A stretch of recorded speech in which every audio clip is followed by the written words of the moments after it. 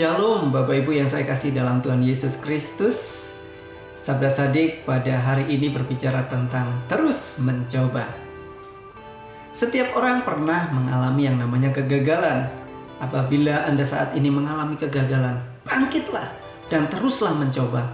Apabila gagal lagi, teruslah mencoba dan mencoba lagi. Roy Bennett mengatakan, orang yang jatuh dan bangkit lebih kuat dari orang yang tidak pernah mencoba. Jangan takut gagal, tetapi takutlah untuk tidak mencoba. Setiap orang yang percaya kepada Tuhan memiliki jaminan kemenangan. Oleh karena itu, apabila Anda mengalami kegagalan, bangkitlah dan terus mencoba, sebab Tuhan memberikan jaminan kemenangan.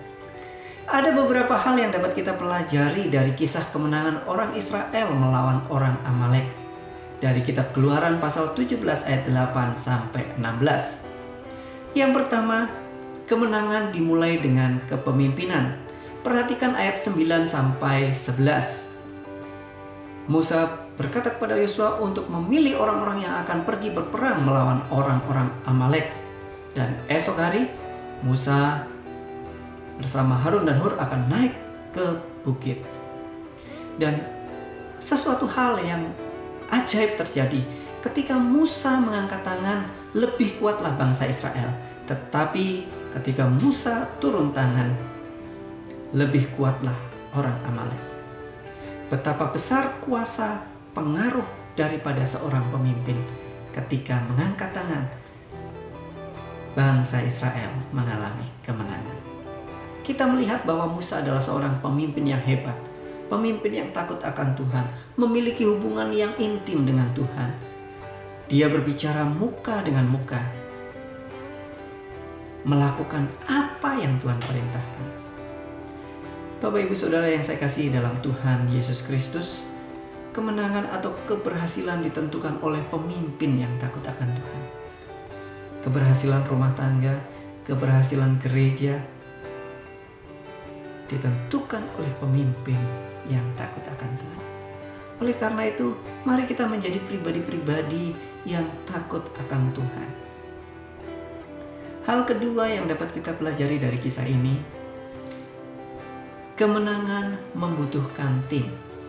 Perhatikan ayat 12 sampai dengan 13. Musa tidak dapat mengangkat tangan terlalu lama, penat tangannya. Dan Harun dan Hur berinisiatif untuk menopang kedua belah tangannya. Sekalipun Musa adalah seorang pemimpin yang hebat, Musa membutuhkan orang lain. Musa membutuhkan sebuah tim. Demikian juga keluarga akan berhasil bila menjadi tim yang berfungsi dan mengerti peranannya masing-masing. Demikian juga gereja yang berhasil tidak lepas dari tim.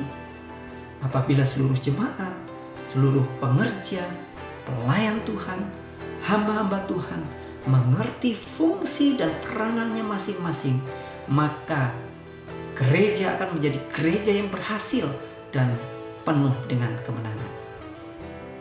Hal yang ketiga yang dapat kita pelajari dari kisah ini adalah kemenangan tidak lepas daripada peranan Tuhan. Perhatikan ayat 14 sampai dengan 16. Secara khusus ayat yang ke-15 dan ke-16. Tuhanlah panji-panjiku, Tuhan yang berperang melawan orang Amalek. Tuhan campur tangan di dalam peperangan ini. Tuhanlah yang berperang melawan orang Amalek. Dialah Jehovah Nisi, Tuhanlah panji-panjiku, panji kemenangan bagi orang-orang Israel dan juga bagi kita orang-orang yang percaya. Tuhanlah yang membuat diri kita, keluarga kita, gereja kita berhasil mengalami kemenangan. Tuhan yang menyertai kita, Dialah yang membuat kita berhasil, Dialah yang membawa kita kepada kemenangan demi kemenangan. Jadi Bapak Ibu, Saudara-saudari yang saya kasih dalam Tuhan Yesus Kristus, ada 3 hal yang dapat kita pelajari dari kisah ini. Yang pertama, kemenangan dimulai dari kepemimpinan. Yang kedua, kemenangan membutuhkan tim. Dan yang ketiga, kemenangan tidak lepas daripada peranan Tuhan. Oleh karena itu, apabila Bapak Ibu Saudara-saudari mengalami kegagalan, bangkitlah, teruslah mencoba dan mencoba lagi.